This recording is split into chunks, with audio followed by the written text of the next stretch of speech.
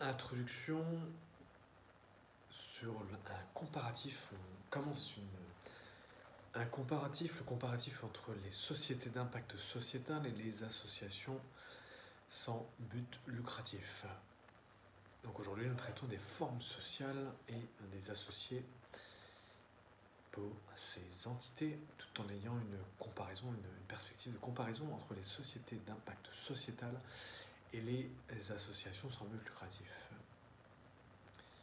Nous sommes aujourd'hui le 3 juin et c'est un podcast numéroté 364, c'est l'article 364 aussi. Et il s'agit aussi de la vidéo numéro 353. Voilà. Bonjour, Bertrand Mario, avocat à la Cour au Luxembourg. Nous commençons donc aujourd'hui une série sur les sociétés d'impact sociétal. La société d'impact sociétal, la SIS, c'est une structure se situant d'un point de vue conceptuel entre la société commerciale et l'association sans but lucratif, l'ASBL. Elle est une structure intéressante en matière d'entrepreneuriat social, d'où l'intérêt de comparer la société d'impact sociétal avec l'association sans but lucratif.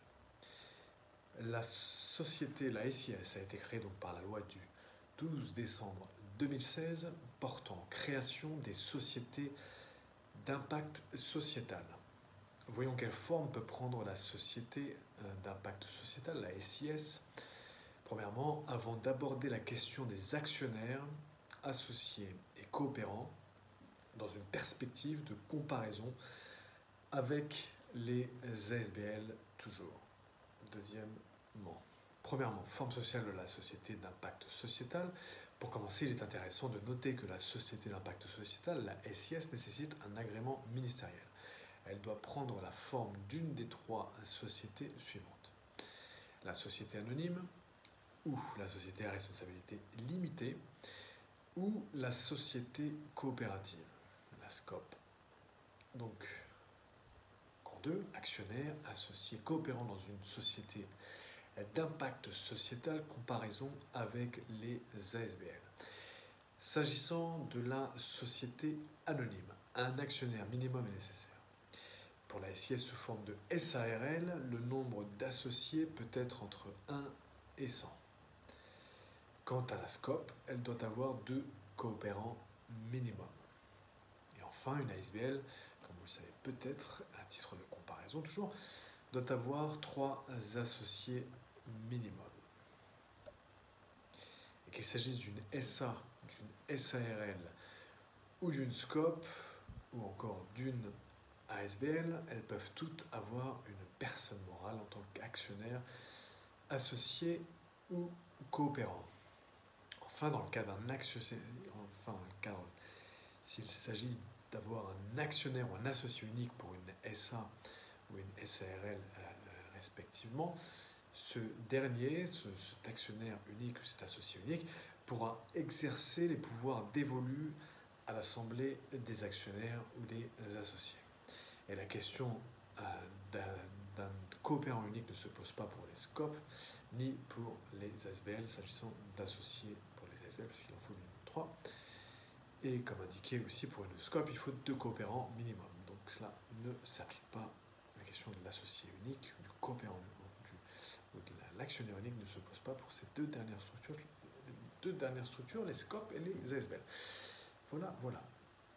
Références aujourd'hui. Pour les références, je vous invite donc à vous reporter la loi du 12 décembre 2016 portant création des sociétés d'impact sociétal, telle que modifiée. Aussi la loi du 10 août 1915 sur les sociétés commerciales, telle que modifiée. Et enfin, la loi du 21 avril 1928 sur les associations et les fondations sans but lucratif, telles que modifiées.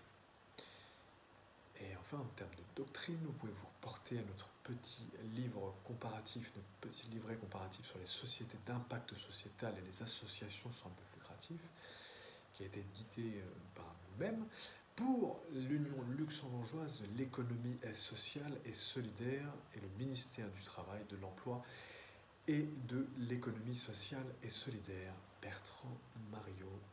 Voilà pour cet exposé de ce jour.